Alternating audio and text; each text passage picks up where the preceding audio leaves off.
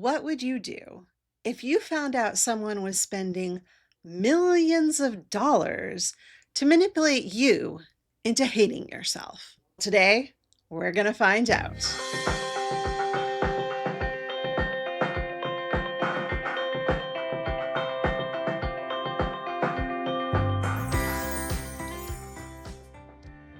I'm Leah Carey, intimacy and relationship coach, and today we're going to do something a little different. And fair warning, I am editing this one myself. So if things get a little bumpy, just hold on tight. We'll get through it together and we'll be back to normal programming next week. For this week, we're giving Dear Abby a breather and turning our attention to something else. PostSecret. If you're not familiar, PostSecret, as described by Wikipedia, is an ongoing community mail art project created by Frank Warren in 2004, where people anonymously mail in their secrets on actual postcards with stamps, like through the mail. Every Sunday, Frank posts a selection of those secrets at postsecret.com. The brilliance of this project is that it serves two purposes. One, sharing a secret actually reduces stress and anxiety around the secret. Science backs this up.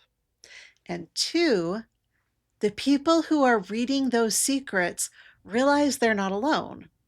Because no matter how much we convince ourselves otherwise, there is no such thing as a secret that only one person has ever had. Every Sunday, I set aside time to read PostSecret, and more often than not, I see postcards that directly relate to the work I do, especially around how people feel about their bodies. In January, I did a series of YouTube shorts reacting to some of those secrets, and today, instead of Dear Abby, we're going to take a look back at those. But before we do, let's talk about something important. In 2023, the beauty industry spent approximately $373 million on advertising.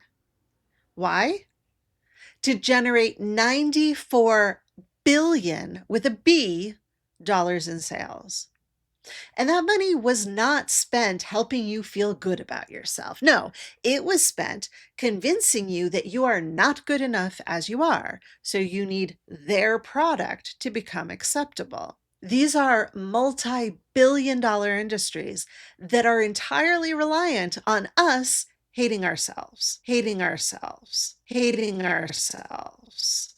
Even brands like Dove, with their Real Beauty campaign, are still only showcasing a very specific kind of non-standard body. And if you don't even fit that mold, it can leave you feeling like, wow, I can't even be fat correctly. This kind of messaging affects everything, including our intimate lives. And if you want to dive deeper into how this messaging specifically impacts intimacy and relationships, check out my class, How Can I Enjoy Sex When I Hate My Body? As you watch these shorts, I want you to pay attention to something. Think about how many ads have you seen in just the past 24 hours telling you how to look better, feel better, live better, be more attractive, have more friends, be more lovable? My guess, pretty much all of them. And there's a reason why. In a 2020 Teen Vogue article, they shared an old story about the origins of modern beauty marketing. When Eugene Schuller, the creator of L'Oreal, introduced the brand's shampoo in 1938, he also introduced a new marketing standard. Quote, "There are 43 million people in France," he said. Let's imagine that those 43 million people washed their hair once a week. We would sell 20 times the number of units that we sell at the moment. And how did he plan to make that happen? By subtly, or not so subtly, telling people they were disgusting, that they smelled bad, that they weren't attractive. Psychological manipulation is the foundation upon which beauty marketing is built. The message is everywhere. If you don't look exactly like the people in the ads, you might start to believe that you're ugly, or undesirable, undateable, unlovable. And that, all of it, is a lie. It's pure bullshit. You are attractive and desirable exactly as you are. So, with that in mind, let's take a look at some of the body image related secrets from PostSecret. It's January, and the beauty industrial complex is hard at work convincing you to spend money to look different. And I'm here to remind you that you don't need to, because you are lovable exactly the way you are. I tell people I do yoga to be healthy and stay in shape. Secretly, I do yoga to be flexible so I won't be bad in bed. The determining factor of whether you are good in bed has absolutely nothing to do with how bendy you are. It has everything to do with how excited you are to be there, how present you are with your partner and with the physical enjoyment you're having, and pretty much nothing to do with how bendy you are. There are people who want to love you in exactly the body you have today. My whole life you told me I was fat. I had surgery to become thin. Now I'm skinny, and you're still an asshole. Well, ain't that the truth? Any time that somebody who claims to love you tells you that you are somehow unacceptable because of the size or shape of your body, the problem isn't your body. The problem is their lack of imagination. Your body is not a negotiable part of who you are. It's the body that you were given by your genetics. This is today's reminder that regardless of what the beauty industrial complex tells you this January, you are perfect exactly the way you are, and there are people who want to love you exactly the way you are.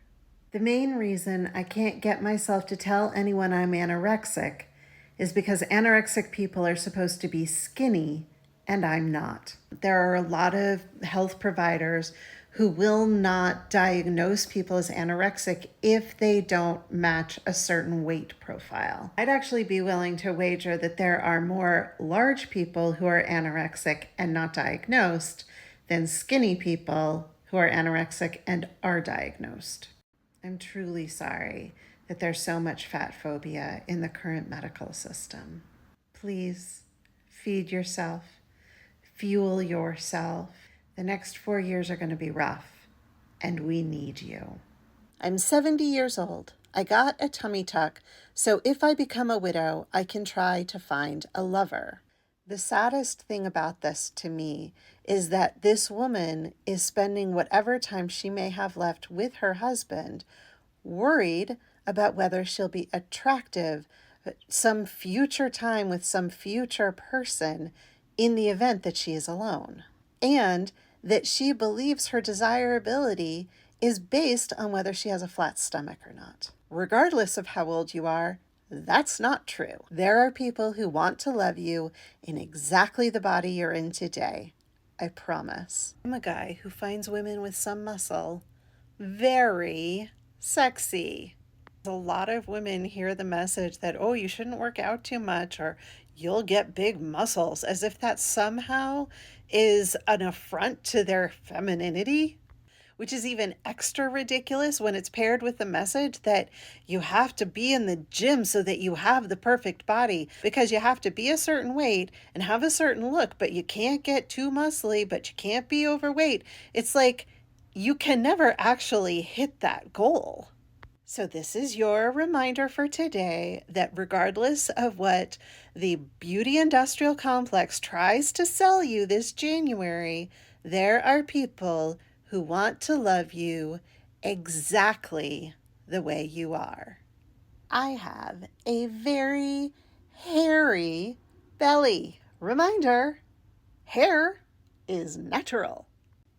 Whatever you want to do to take care of the hair you've got is absolutely fine. Shave it, condition it, bleach it, whatever you want to do. Just remember, those are choices that you get to make. There is no requirement that you fit in to some standard that other people have created about what you do with your body. So, regardless of what the beauty industrial complex tells you this January, you do not need to shave or wax or depilorate or whatever it's all called. You're fine exactly the way you are. We're here once again to talk about how the beauty industrial complex wants you to change your body. I think my husband loves me the way I am because he doesn't want me to lose weight and be attractive to other men. I know this may be a surprise, but in my conversations with men, the vast majority have told me that they prefer women who have a little meat on them. The problem is that they have also been brainwashed into believing that the only acceptable woman is a woman with a rock hard body. So they pretend that's what they want so that they'll be normal, and we try to become that so we'll be desirable. In truth, nobody's happy. So if your partner is telling you that they love you just the way you are, try believing them. I don't want to lower my standards just because I'm overweight. This person is suggesting that their value as a person is dictated by how much they weigh, and that couldn't be further from the truth. Your weight, your size, your shape is only one very small piece of who you are as a person. Despite what the beauty industrial complex might tell you this January, you are worthy of love exactly the way you are, and there are people who want to love you exactly as you are. Today I'm here to remind you that it's not just women who are targeted by the industries telling us that we need to look or be different. I hope he has a small so doesn't hurt like a here's me trying to not get censored. Size does matter. Sometimes. Not to everybody. But for some of us, we don't want something that's so big. In fact, many of us prefer something a little smaller. I've always dreaded somebody taking something big and long out of their pants because I knew it would hurt. So, gentlemen, this is a reminder for you as well. There are people who want to love you regardless of your size. Let's take down another myth that the beauty industrial complex tries to sell us. I want to lose weight so I can be tied up in shibari. Newsflash, shibari has no weight limits. If your specific interest is in being suspended, then your hard point may have a weight limit, but that can be checked. Don't talk yourself out of trying something that you're interested in just because you think it's not allowable for your body. Do a search for fat shibari. I bet you'll be excited by what you see.